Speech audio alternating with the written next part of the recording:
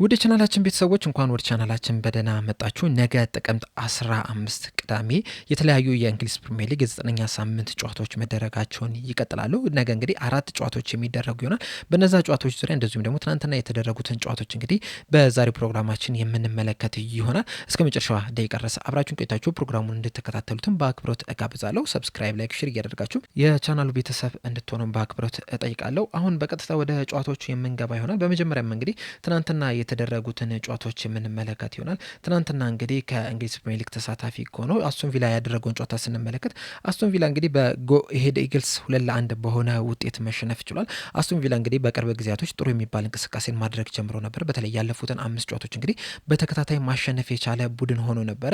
ነገር ግን በዚህ የኤሮፓ ሊግ ጨዋታ እንግዲህ 2-1 በሆነ ውጤት ከሜዳ ውጭ ሄዶ መሸነፍ ችሏል። እንደዚሁም ሴልታ ቪጎ ኒስን 2-1 በሆነ ውጤት ማሸነፍ ሲችል ሬንጀርስ 3-0 በሆነ ውጤት በብራና መሸነፍ ችሏል። እንደዚሁም ሴልቲክ ደግሞ በስትሩንግ ግራዛ 2-1 በሆነ ውጤት ማሸነፍ ችሏል። ሊል ደግሞ በፓኮ 4-3 በሆነ ውጤት ሲሸነፍ፣ ኖቲንጋም ፎረስት ከፖርቶ ጋር ያደረገውን ጨዋታ 2-0 በሆነ ውጤት ማሸነፍ ችሏል። በዚህ መሰረትም እንግዲህ ሸንዳች የመጀመሪያ ጨዋታቸውን ማሸነፍ ችሏል በኖቲንጋም ፎረስት። እንደሚታወቁ እንግዲህ አንቼ ፖስቴኮግሉን ካባረሩ በኋላ ሸንዳይችን መቅጠራቸው አይዘነጋም። ነገር ግን ሸንዳይች ትክክለኛው ቅጥር ነው ወይ የሚለው ነገር ግን ትልቅ ጥያቄ የሚያስነሳ ይመስለኛል። በእርግጥ ከሸንዳይች በፊት እንግዲህ የቀድሞ የማንቸስተር ሲቲ አሰልጣኝ የነበሩትን እንግዲህ ማንሲኒን ለማስፈረም ጥረት አድርገው ነበረ። ነገር ግን በተለያዩ ጉዳዮች ባለመስማማታቸው ምክንያት እንግዲህ በስተመጨረሻ ሸንዳይችን ሊቀጥሩ ችሏል። የመጀመሪያ ጨዋታውንም እንግዲህ በድል ማጠናቀቅ ችሏል። ነገር ግን ትክክለኛው ቅጥር ነው ወይ የሚለው ነገር እንግዲህ በቀጣይ የምንመለከተው ጉዳይ ይሆናል። በኮንፈረንስ ሊግ በተደረጉ ጨዋታዎች ደግሞ ኤዜድ አልካመር 1-0 በሆነ ውጤት ማሸነፍ ሲችል፣ ክሪስታል ፓላሶች በበኩላቸው በሜዳቸው በኬ ላራንሳ 1-0 በሆነ ጠባብ ውጤት መሸነፍ ችሏል። ይህንን ጨዋታ እንግዲህ ሙሉ ለሙሉ በሚባል መልኩ መቆጣጠር ችለው ነበረ። በጨዋታው ላይ እንግዲህ 67% ፖዚሽን መያዝ ችለው ነበረ። እንደዚሁም ደግሞ 1.66 ኤክስፔክትድ ጎል ነበራቸው። 15 ሙከራዎችን ማድረግ ችለው ነበረ። ነገር ግን ከነዚህ 15 ሙከራዎች አንዱ ብቻ ነበረ ኦን ታርጌት መሆን እየቻለው። ክሪስታል ፓላሶች እንግዲህ በዚህ ጨዋታ ላይ የተቸገሩት ምንድን ነው? ከዚህ በፊት ክሪስታል ፓላሶች በተለይ ከትልልቅ ቲሞች ጋር ይዘውት የሚገቡት አሰላለፍ አለ። ያ ምንድን ነው? በ5 ተከላካይ በሎ ብሎክ ነበር ሲጫወቱ የነበሩትና ላራንሶችም እንግዲህ በተመሳሳይ መልኩ የክሪስታል ፓላስ ከዚህ በፊት ሲጫወቱበት የነበረውን አይነት አጮት ነበር የተጠቀሙባቸው። በተለይ ደግሞ ክሪስታል ፓላስ ከሊቨርፑል ጋር ያደረጉን ጨዋታ በደንብ ከተመለከታችሁት የላራንሳ ከክሪስታል ፓላስ ጋር ያደረጉትን አይነት ጨዋታ ሆኖ በተመሳሳይ መልኩ መመልከት እንችላለን። በጣም በሎ ብሎክ ነበር ሲጫወቱ የነበረ። ከዛ ያገኙትን አጋጣሚ ሁላ በካውንተር አታክ ለመሄድ ሲጥሩ ተመልክተናል። በአጠቃላይ እንግዲህ 4 ሙከራዎችን ነበረ ማድረግ የቻሉት። ከአራቱ ደግሞ 2ቱ ኦን ታርጌት ነው የነበሩትና ከክሪስታል ፓላሶች ጋር አንጻር ስንመለከተው እንግዲህ በጣም ድንቅ የሚባልን እንቅስቃሴን ማድረግ ችለዋል። ከዚህ በተጨማሪም ግን በጣም ብዙ ብሎኮችንም ሲያደርጉ ነበሩ ላራንሳዎች እና ጥሩ መንቀሳቀስ ችለዋል፣ በተለይ በመከላከሉ ዙሪያ ማለት ነው። በነገው ዕለት እንግዲህ የሚደረጉትን የእንግሊዝ ፕሪሚየር ሊግ ጨዋታዎች ስንመለከት ደግሞ ነገ እንግዲህ 4 ጨዋታዎች በእንግሊዝ ፕሪሚየር ሊግ የሚደረጉ ይሆናል። አራቱም እንግዲህ ተጠባቂና በጣም አዝናኝ ጨዋታዎች ሊሆኑ ይችላሉ ብዬ እገምታለሁ። በመጀመሪያ የምንመለከተው እንግዲህ 11 ሰዓት ላይ የሚደረገውን ቼልሲ ከሰንደርላንድ የሚያደርጉትን ጨዋታ ይሆናል። ሁለቱም ቡድኖች እንግዲህ በዚህ ሲዝን ካደረጓቸው 8 ጨዋታዎች ተመሳሳይ 14 ነጥቦችን መሰብሰብ ችሏል። በጎል ክፍያ ብቻ ተበላልጠው እንግዲህ 5ኛና 7ኛ ደረጃ ላይ መቀመጥ የቻሉ ክለቦች ናቸው። ቼልሲ 5ኛ ደረጃ ላይ ሲቀመጥ፣ ሰንደርላንድ በበኩላቸው ደግሞ 7ኛ ደረጃ ላይ መቀመጥ ችለዋል። ሰንደርላንዶች እንግዲህ በዚህ ሲዝን በተለይ ያልተጠበቀ እንቅስቃሴ ነው እያደረጉ የሚገኙት። በተለይ ደግሞ ያለፉትን 3-4 ዓመታት እንደተመለከት ነው ከሆነ እንግዲህ አዲስ አዳጊ ክለቦች በጣም ሲቸገሩ መመልከት ችለናል። ያለፉን ሲዝን እንኳን ብቻ ብንመለከት ሳውዛምፕተን ካደረጋቸው 38 ጨዋታዎች መሰብሰብ የቻለው 12 ነጥብ ብቻ ነው የነበረውና መልሶ እንግዲህ ወደ ታችኛው ዲቪዚዮን መውረዱ አይዘነጋም። ሰንደርላንዶች በበኩላቸው እንግዲህ በዚህ ሲዝን ካደረጓቸው 8 ጨዋታዎች እስካሁን ድረስ እንግዲህ 14 ነጥቦችን መሰብሰብ ችሏልና የተሻለ እንቅስቃሴን እያደረጉ ነው የሚገኙት። 4ቱን ማሸነፍ ችሏል፣ 2ቱን አቻ መውጣት ችሏል። በሁለቱ ጨዋታዎች ብቻ ናቸው መሸነፍ የቻሉት። ኢቨን ሊቨርፑል እንኳን ስንመለከተው 3 ጨዋታዎችን በፕሪሚየር ሊጉ መሸነፍ ችሏልና የተሻለ እንቅስቃሴ እያደረጉ ነው የሚገኙት። እስካሁን ድረስ 6 ግቦች ብቻ ነው የተቆጠሩባቸው። በዚህ ሲዝን ደግሞ የቡድኖችን መከላከል ጥንካሬያቸውን ስንመለከት እንግዲህ አንድ ቡድን ብቻ ነው ከሰንደርላንድ የተሻለ መከላከልን እያስመለከተ የሚገኘው፣ እሱም አርሰናል ነው። 3 ጎሎች ብቻ ነው የተቆጠሩባቸው። ማንቸስተር ሲቲ እና ሰንደርላንዶች ግን እስካሁን ድረስ 6 ጎሎች ብቻ የተቆጠረባቸው ሁለተኛው ክለብ ሆነዋል። ጥቂት ጎሎች ብቻ የተቆጠሩባቸውና 9 ጎሎችን ማስቆጠር ችሏል። የተሻለ የመከላከል ጥንካሬንም እያሳዩ ያሉ ቡድኖች ናቸው። ያለፉትን 5 ጨዋታዎች እንኳን ብንመለከት ከ5ቱ ጨዋታዎች 2ቱን ማሸነፍ ሲችሉ በ2ቱ አቻ ወጥቶ በአንዱ ብቻ ነው መሸነፍ የቻሉት። ያም እንግዲህ በማንቸስተር ዩናይትድ የተሸነፉበት ጨዋታ ነው። ከዛ በፊት ግን ከኖቲንገም ፎረስት ጋር 1-0 ማሸነፍ ችሏል። እንደዚሁም ደግሞ ከሰንደርላንድ እና ከክሪስታል ፓላስ ጋር ደግሞ አቻ በሆነ ውጤት ማጠናቀቅ ችሏል። 1-1 እና 0-0 በሆነ ውጤት ማለት ነው። እናም ዘንድሮ ካደጉት ክለቦች እንግዲህ የተሻለ እንቅስቃሴ እያደረገ የሚገኘው ሰንደርላንድ ነው። ለዚህም እንቅስቃሴያቸው እንግዲህ በጣም ወሳኙን ሚና የሚጫወተው በተለይ ደግሞ ቡድኑን በመምራት በኩል ማለት ነው ከሊቨርኩሰን ያስፈረሙት የቀድሞ የአርሰናል ተጫዋች ሆነው ዣካ ነው። ዣካ እንግዲህ ዘንድሮ ለሰንደርላንዶች በጣም ትልቅ ሚናን እየተጫወተላቸው ነው የሚገኘው። በጣም ጥሩ የሚባል እንቅስቃሴን እያደረገላቸው የሚገኘው እስካሁን ድረስ እንግዲህ 3 አሲስቶችን ማስመዝገብ ችሏል። ከዛ በተጨማሪም ደግሞ የአንድ ለአንድ ግንኙነቶችን በየጨዋታው 6.25 ያሸንፋል፣ ወደ 60% ማለት ነው የአንድ ለአንድ ግንኙነት ከተገናኛቸው። ይህም እንግዲህ ለመከላከሉ በጣም ትልቅ ጠቀሜታ አለው። የአየር ላይ ኳስ በየጨዋታው 3ን ያሸንፋል። እንደዚሁም ደግሞ በየጨዋታው 1.25 ኢንተርሴፕት ያደርጋል፣ 0.5 ብሎክ ያደርጋል፣ 1.25 ደግሞ ፋውል ይሰራል። እንደዚሁም ደግሞ 5.13 ኳሶችን ደግሞ ሪከቨር ያደርጋል እና ሰንደርላንዶች በመከላከሉ ደረጃም በጣም ጠንካራ እንዲሆኑ የዣካ ሚና በጣም ትልቅ ነው። እንደዚሁም ደግሞ በጣም ልምድ ያለው ተጫዋች ነው። በአርሰናል የሚሆን በባየር ሊቨርኩሰን እንቅስቃሴውን ተመልክተነዋል እና ቡድኑን እንግዲህ አዲስ አዳጊ መሆኑን ተከትሎ እንደዚሁም ደግሞ ወጣት ተጫዋቾች በብዛት መኖራቸውን ተከትሎ እንግዲህ አንድ ልምድ ያለው ተጫዋች መምጣት ነበረበትና የዣካ መምጣት እንግዲህ ለሰንደርላንዶች ጥንካሬ ወሳኙን ሚና እየተጫወተ ነው የሚገኘው። በሌላኛው በኩል ደግሞ ተጋጣሚውን ቼልሲን ስንመለከተው እንግዲህ ቼልሲ በተለይ ያለፉ የቅርብ ጊዜያት ውጤቶችን ስንመለከት እንግዲህ በጣም አስደናቂ የሚባል ነገርን እያሳየን ነው የሚገኘው። ያለፉትን በተከታታይ 4 ጨዋታዎች እንግዲህ ሁሉንም ማሸነፍ ችሏል። በተለይ ደግሞ በሻምፒየንስ ሊጉ 5-1 ያሸነፈበት፣ በፕሪሚየር ሊጉ ደግሞ ኖቲንግሃም ፎረስትን 3-0 እንደዚሁም ደግሞ ሊቨርፑልን 2-1 ያሸነፈበት ውጤት እንግዲህ በጣም ተጠቃሽ ነው የሚሆነው። በጣም ብዙ ጎሎችን እያስቆጠረ ነው የሚገኘው። በዚህ ሲዝን እንኳን በየጨዋታው ቢያንስ በአቬሬጅ እንኳን 2 ጎሎችን እያስቆጠረ ነው የሚገኘውና ጥሩ የማጥቃት ነገሮችን እየተመለከትንበት ያለ ይመስለኛል። ወጣት ተጫዋቾችም እንግዲህ በጣም ጥሩ ልምድን እያገኙ ነው የሚገኙት። በተለይ ደግሞ ስታቪዮ እንግዲህ በጣም የሚጠቀስ ተጫዋች ነው። እንደዚሁ ኤንዞ ፈርናንዴዝም እንግዲህ ዘንድሮ በጣም ምርጥ የሚባለን እንቅስቃሴን እያደረገ ነው የሚገኘው። እስካሁን ድረስ እንግዲህ 3 ጎሎችን ማስቆጠር ይችላል በፕሪሚየር ሊጉ ከ3.7 ኤክስፔክትድ ጎል ማለት ነው። ከኤንዞ ፈርናንዴዝ በተጨማሪ ደግሞ ሞይሴስ ካይሴዶ በጣም ምርጥ የሚባለን ጊዜን እያሳለፈ ነው የሚገኘው። በተለይ ከብራይተን ወደ ቼልሲ በተዘዋወረ ጊዜ እንግዲህ በጣም ብዙ ወቀሳዎች ሲደርሱበት ነበረ። በተለይ በውድ ዋጋ መዘዋወሩን ተከትሎ እንግዲህ የተጠበቀበትን ያህል ማድረግ አልቻለም ነበር የመጀመሪያው አመት ላይ። ከዛ በኋላ ግን ከቼልሲ ጋር በደንብ ተዋህዶ ቀስ በቀስ እንግዲህ በጣም ምርጥ ብቃቱን እየተመለከት ነው የምንገኘው። ያለፈው ሲዝን የዚህ ሲዝንም እንግዲህ ምርጥ ብቃቱን እየተመለከት ነው የምንገኘው። ያ ደግሞ ለቼልሲ በጣም ከፍተኛ ጥቅም ሰጥቶላቸዋል። ምክንያቱም እንግዲህ መከላከሉ ላይ በጣም ጠንካራ እንዲሆኑ እያደረጋቸው ነው የሚገኙት። በተለይ ደግሞ የኋላ ተከላካዩን ስንመለከት እንግዲህ ያን ያህል ልምድ ያለው ተጫዋቾች የሉትም። ጠንካራ የሚባል የተከላካይ መስመር የለውም። የካይሴዶ እንግዲህ ከነዚህ ተጫዋቾች ፊት መኖር ደግሞ ጠንካራ እንዲሆኑ ከበፊቱ የተሻለ ቡድን እንዲሆኑ ያደረጋቸው ይመስለኛልና የካይሴዶና የኤንዞ ፈርናንዴዝ ጥምረት ደግሞ ለቼልሲ በጣም ትልቅ ሚናን እየተጫወተ ነው የሚገኘው። እናም ይህ ጨዋታ እንግዲህ በቼልሲና በሰንደርላንድ መካከል የሚደረገው ጨዋታ እንግዲህ ትልቅ ፉክክር ይኖረዋል ተብሎ ይጠበቃል። ሌላኛው 11 ሰዓት ላይ የሚደረጉ ጨዋታ ደግሞ ኒውካስል ዩናይትድ ከፉልሃም ጋር የሚያደርጉት ጨዋታ ነው። ሁለቱ ቡድኖች እንግዲህ ወቅታዊ አቋማቸውን ስንመለከተው ኒውካስል ዩናይትድ እንግዲህ ከ5 ጨዋታዎች 3ቱን ማሸነፍ ይችላል፣ በሁለቱም መሸነፍ ይችላል። በብራይተንና በአርሰናል 2-1 በሆነ ተመሳሳይ ውጤት ሲሸነፍ፣ ቀሪዎቹን ግን 4-0፣ 2-0፣ 3-0 በማሸነፍ በክሊንሺት ነበረ ጨዋታዎችን ማሸነፍ የቻለው። ኒውካስል ዩናይትድ እንግዲህ በዚህ ሲዝን ጠንካራ መከላከልን ይዞ ነው የመጣው። እስካሁን ድረስ እንግዲህ 7 ጎሎች ብቻ ነው የተቆጠሩበት። ይህም ማለት እንግዲህ በፕሪሚየር ሊጉ 3ኛው ዝቅተኛ ጎል የሚቆጠርበት ክለብ መሆን ይችላል ከአርሰናል፣ ከሲቲ እንደዚሁም ደግሞ ከሰንደርላንድ በመቀጠል ማለት ነው። ሲቲና ሰንደርላንድ እንግዲህ ሁለቱም እኩል 6 ጎሎች ብቻ ነው የተቆጠሩባቸውና ዘንድሮ እንግዲህ የተሻለ የመከላከልን ጥንካሬን እያሳየ ነው የሚገኘው ኒውካስል ዩናይትድ።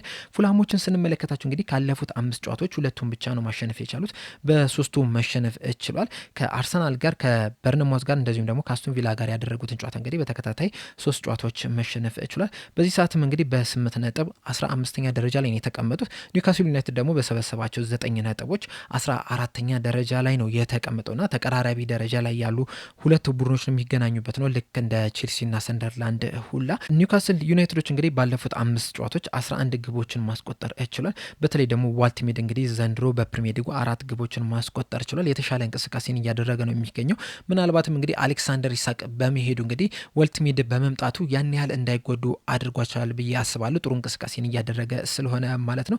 ጃኮብ መርፊም እንግዲህ ዘንድሮ ጥሩ የሚባል እንቅስቃሴን እያደረገ ነው የሚገኘው። በዚህ ጨዋታ ላይ ግን ፉልሃምም ቀላል ቡድን ይሆኑላቸዋል ተብሎ አይጠበቅም። በጣም ጠንካራ የሚባል ቡድን ነው። በጣም ጠንካራ የማጥቃት ሂደት የሚያደርግ ቡድን ነው። ሲከላከልም ጥሩ የሚባል ቡድን ነውና ኒውካስል ዩናይትድን እንግዲህ በጣም ይፈትኗል ተብሎ የሚጠበቅ ጨዋታ ነው። ሌላኛው ነገር የሚደረገው ጨዋታ ደግሞ ምሽት 1 ሰዓት ተኩል ላይ ማንቸስተር ዩናይትድ ከብራይተን ጋር የሚገናኙበት ጨዋታ ነው። ይህ ጨዋታ እንግዲህ ለማንቸስተር ዩናይትድ በጣም አስፈላጊ የሚባል ጨዋታ ነው። ምክንያቱም እንግዲህ እስካሁን ድረስ ባደረጓቸው 8 ጨዋታዎች 13 ነጥብ በመሰብሰብ 9ኛ ደረጃ ላይ መቀመጥ የቻሉ ክለብ ናቸውና ከዚህም የተሻለ ቦታቸውን ለማሻሻል እንግዲህ ይህ ጨዋታ በጣም ወሳኝ ሚና ይጫወታል። እንደዚሁም ደግሞ ሁለት ተከታታይ ጨዋታዎችን እንግዲህ ከዚህ በፊት ማሸነፋቸው አይዘነጋም።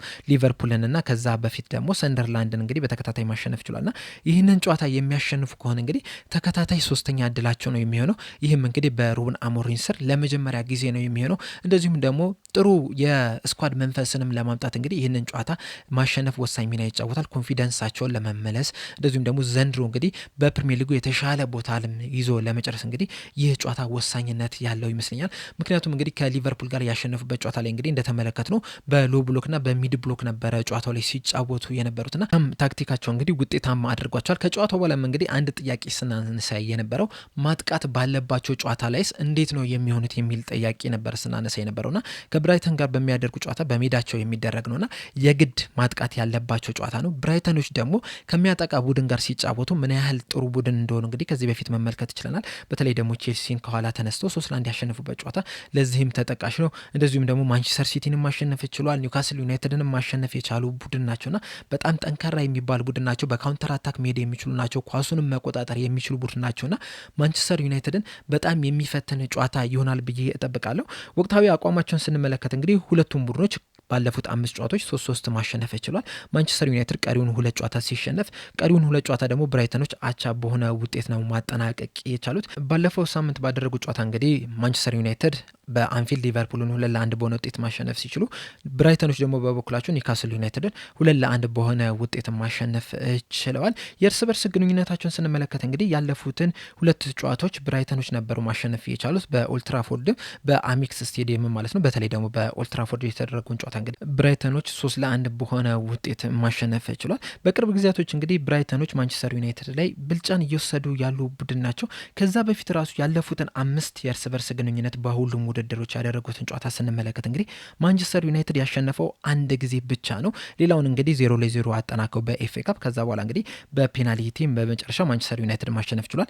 ነገር ግን በ90 ደቂቃ ማሸነፍ የቻለው 1 ጨዋታ ብቻ ነው በፕሪሚየር ሊግ እሱም 2024 ላይ ነበር በብራይተን ሜዳ ዳሎትና ሆይላንድ ባስቆጠሯቸው ግቦች ነበር ማሸነፍ የቻሉት።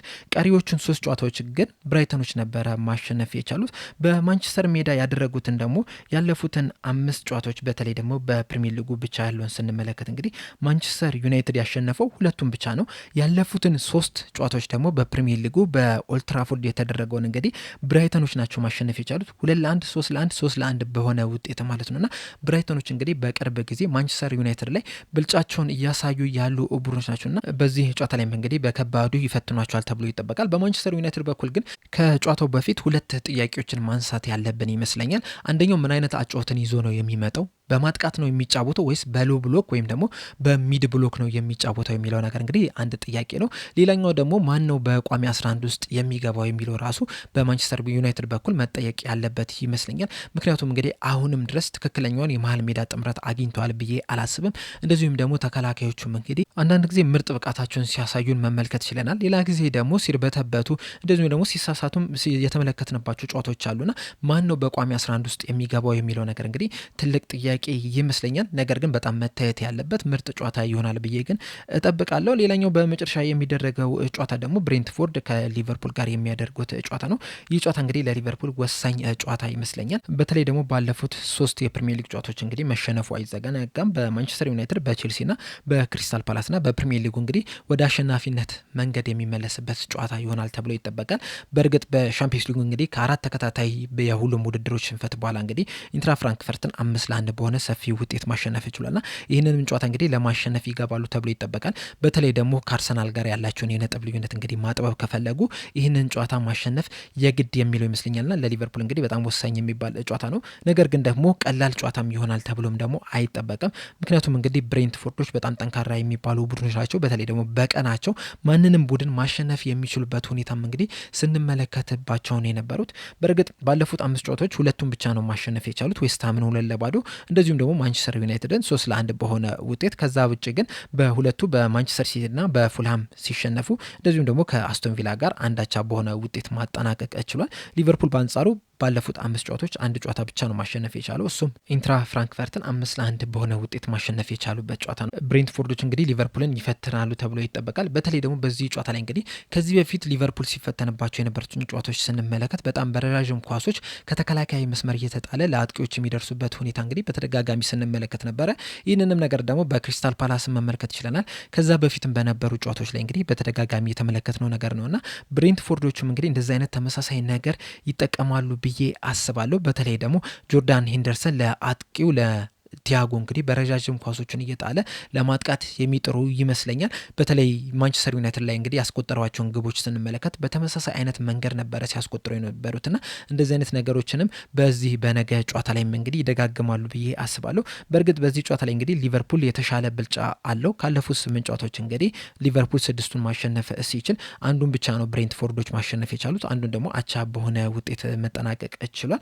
በመጨረሻ ጊዜ እንግዲህ በተገናኙበት ጨዋታ ላይ ደግሞ ሊቨርፑል በብሬንትፎርድ ሜዳ 2-0 በሆነ ውጤት ማሸነፍ ችሏል። በዳርዊን ኑኔዝ 2 የመጨረሻ ደቂቃ ግቦች ታክዞ ማለት ነው። እነዛን ግቦች እንግዲህ የምታስታውሱ ከሆነ 91ኛውና 93ኛው ደቂቃ ላይ ነበረ ማስቆጠር የቻሉትና በጣም ፈታኝ ቡድን መሆኑ እንግዲህ በተደጋጋሚ ያስመለከተ ይመስለኛል። ለመጨረሻ ጊዜ እንግዲህ ብሬንትፎርድ በሜዳው ሊቨርፑልን ማሸነፍ የቻለው 2023 ላይ ነበረ በኮናቴ ራሱ ላይ እንደዚሁም ደግሞ ዊሳና ሚንቦማ ባስቆጠሮች ግቦች ታግዞ እንግዲህ 3-1 በሆነ ውጤት ማሸነፍ ችሏል። ከዛ በኋላ ግን ያሉትን 2 ጨዋታዎች እንግዲህ ሊቨርፑል ማሸነፍ ችሏል 4-1 እና 2-0 በሆነ ውጤት። ነገር ግን እነዚህ መጥፎ ውጤት ቢመዘገቡም ራሱ ቀላል ጨዋታ ይሆናል ተብሎ አይጠበቅም። ምክንያቱም ብሬንትፎርዶች በጣም ጠንካራ የሚባሉ ቡድኖች ስለሆኑ ማለት ነው። በዚህ ጨዋታ ላይ እንግዲህ አንድ መመልከት ያለብን ነገር ሁለቱም መከላከል ላይ በጣም ደካማ የሚባሉ ቡድኖች ናቸው።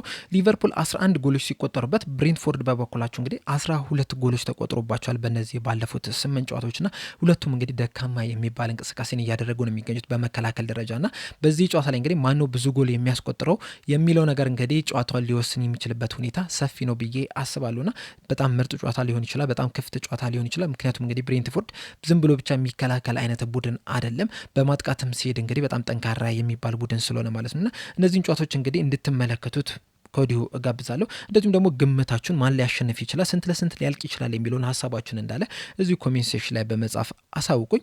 እኔ ለአሁን እዚህ ላይ አበቃው። በቀጣይ ደግሞ በሌላ ፕሮግራም የምመጣ ይሆናል። እስከዛው ድረስ ግን ሰብስክራይብ፣ ላይክ፣ ሼር ማድረግ እንዳትረሱ። ቸር ያቆየን።